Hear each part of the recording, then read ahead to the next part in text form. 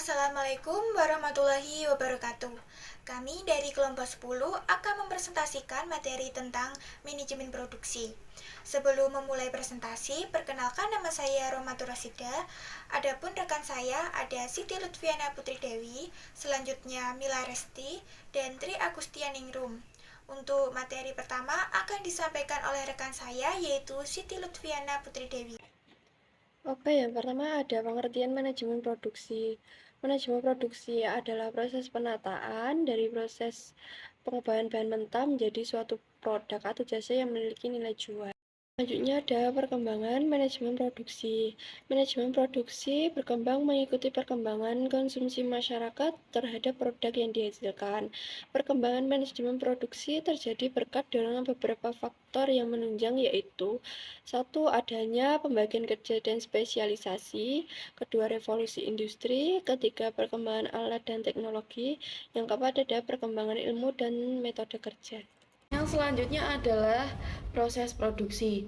Proses produksi adalah suatu kegiatan yang menggabungkan suatu bagian ke bagian yang lain, yang artinya dari setiap bagian terdapat tahapan yang perlu dilalui dengan baik itu berupa barang ataupun jasa.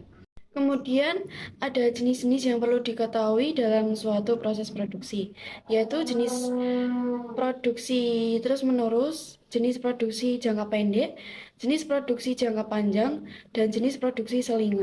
Ada beberapa tahapan proses produksi yang perlu diketahui. Untuk yang pertama adalah konsep, yang kedua riset, yang ketiga pengembangan desain, yang keempat pengujian desain, yang kelima perbaikan, dan keenam produk jadi. Ruang lingkup manajemen produksi. Terdapat 3 jenis ruang lingkup pada manajemen produksi. Berikut adalah penjelasannya. Yang pertama yaitu desain.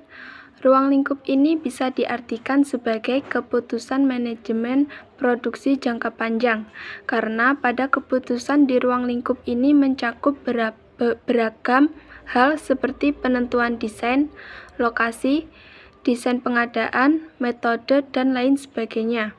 Yang kedua yaitu transformasi. Keputusan pada ruang lingkup ini sifatnya jangka pendek dan berhubungan dengan taktis dan operasional.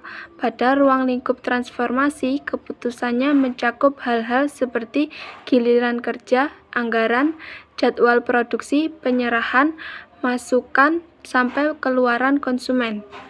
Yang ketiga yaitu perbaikan. Kebijakan pada ruang lingkup ini sifatnya berkesinambungan sehingga perlu dilakukan secara berkala dan rutin.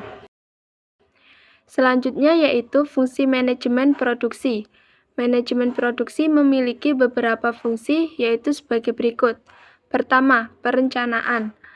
Perencanaan dilakukan dengan baik dan benar dapat membantu perusahaan dalam meminimalisir biaya produksi. Yang kedua yaitu jasa pendukung. Jasa pendukung digunakan untuk menetapkan metode mana yang baik untuk produksi agar hasilnya sesuai dengan tujuan perusahaan. Yang ketiga yaitu proses pengolahan.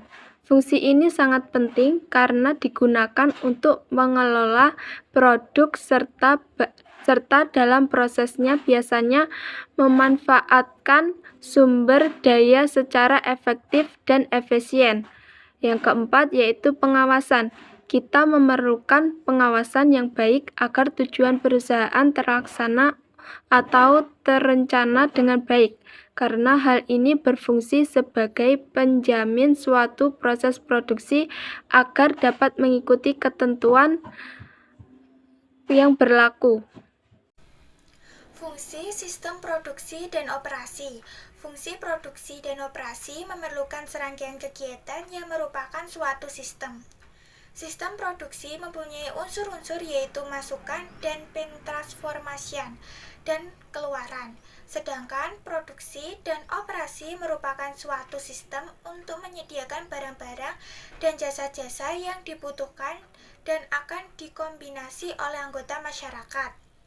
Sebagai contoh, suatu perusahaan telekomunikasi dalam pengoperasiannya membutuhkan modal untuk suku cadang dan komponen elektronik serta peralatan yang terdapat dalam suatu bangunan.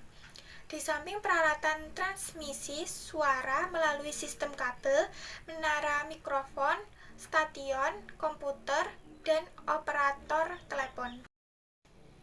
Selanjutnya ada kesimpulan. Kesimpulannya yaitu bahwa manajemen operasi dan produksi merupakan serangkaian proses dalam menciptakan barang dan jasa atau kegiatan mengubah bentuk dengan menciptakan atau menambah manfaat suatu barang dan jasa yang akan digunakan untuk memenuhi kebutuhan manusia.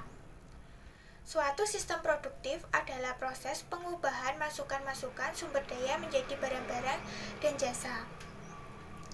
Manajemen operasi dapat juga didefinisikan sebagai pelaksana kegiatan-kegiatan manajerial yang dibawakan dalam pemilihan, perencanaan, pembaharuan, pengoperasian, dan pengawasan sistem produktif.